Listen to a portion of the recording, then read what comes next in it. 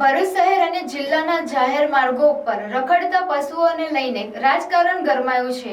એક તરફ પાલિકાની કામગીરીથી ગોપાલકોમાં નારાજગી છે, તો બીજી તરફ પાલિકા દ્વારા કડક કાર્યવાહી નહીં થતા સ્થાનિકો પરેશાન છે। પાલિકાની કામગીરી સામે વિપક્ષ કોંગ્રેસે પણ આંદોલનની ચીમકી ઉચ્ચારી છે। ભરૂચ શહેરમાં દિન પ્રતિદિન જાહેર માર્ગો પર રખડતા પશુઓનો ત્રાસ ચોમાસામાં વધ્યો છે। જ્યાં જુઓ ત્યાં પશુઓ માર્ગ ઉપર અડીંગો જમાવતા વાહન ચાલકો હેરાન પરેશાન થવા સાથે વાહન ચાલકોને અકસ્માત સર્જાવાનો ભય પણ સતાવી રહ્યો છે। રખડતા પશુઓના કારણે કેટલીક વાર નિર્દોષ લોકોએ જીવ ગુમાવવા લોકોમાં રોષ જોવા મળી રહ્યો છે। થોડા દિવસો પહેલાં જ જંબુસરમાં વિદ્યાર્થીની પર હુમલો કર્યો હતો, તો બીજી તરફ અંકલેશ્વર જીઆઈડીસી નોટિફાઈડ એરિયામાં 2 આખલાઓ યુદ્ધે ચડતા રિક્ષા પલટી મારી ગઈ હતી। રખડતા પશુઓ બાબતે વારંવાર પાલિકા અને વહીવટી તંત્રને રજૂઆત કર્યા બાદ પાલિકા તંત્ર પણ માત્ર દેખાવ પૂરતી કામગીરી કરતી હોય તેમ થોડા દિવસો માટે રખડતા પશુઓને પકડી પાંજરે પૂરતું હોય છે।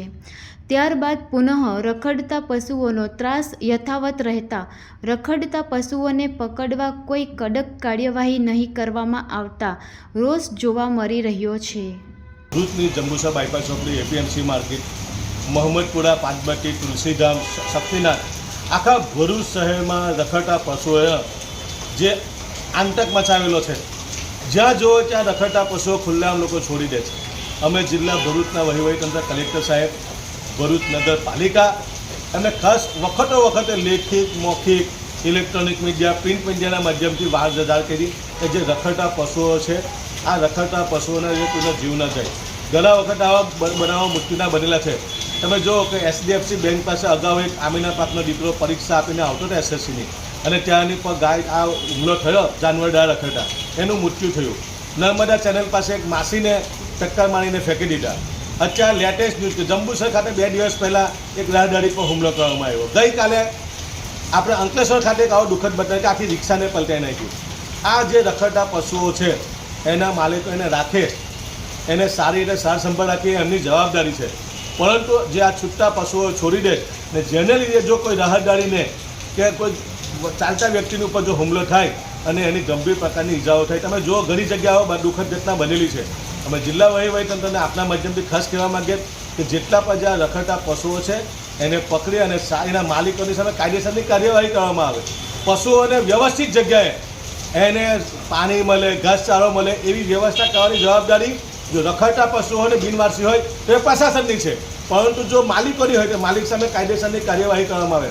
માલિકો પશુઓ પાલવે બહુ સારી બાબત છે, એમનો અધિકાર છે, પરંતુ લોકોના જીવના જોખમે નહીં। એટલે જેટલા પણ રખડતા પશુઓ છે એના માલિકોની સામે કાયદેસરની કાર્યવાહી કરવામાં આવે।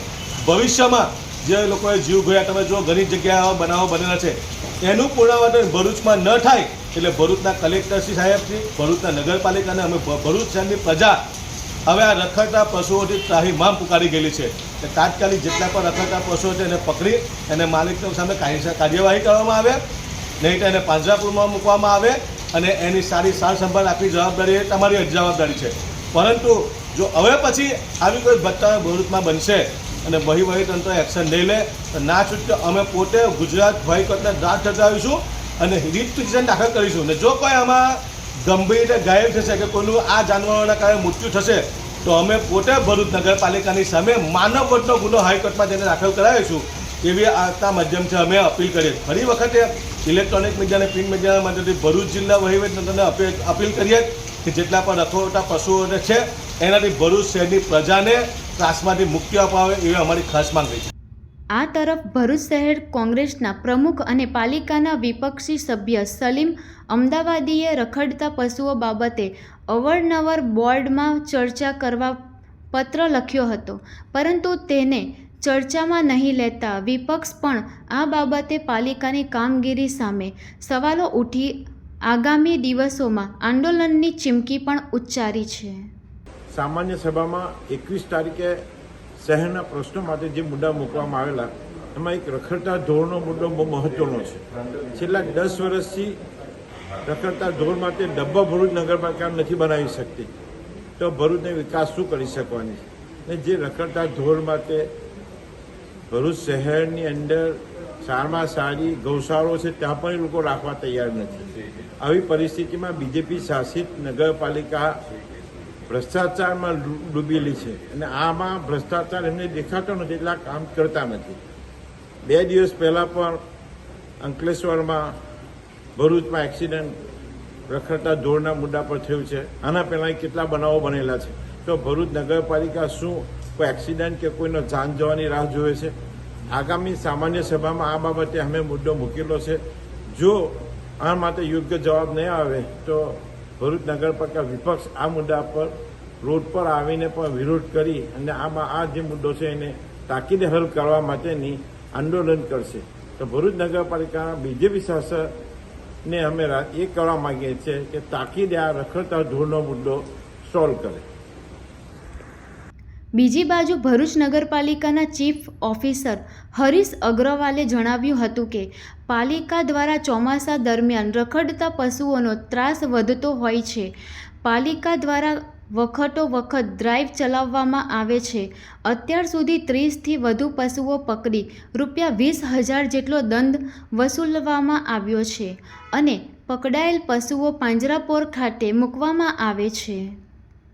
ભરૂચ નગરપાલિકા વિસ્તારમાં ચોમાસાને ધ્યાને રાખી નગરપાલિકાએ ઢોર પકડવાની ઝુંબેશ હાથ ધરેલ છે. નગરપાલિકા સમયાંતરે ઢોર પકડવા માટે રાત્રિના સમય દરમિયાન કાર્યવાહી કરે છે.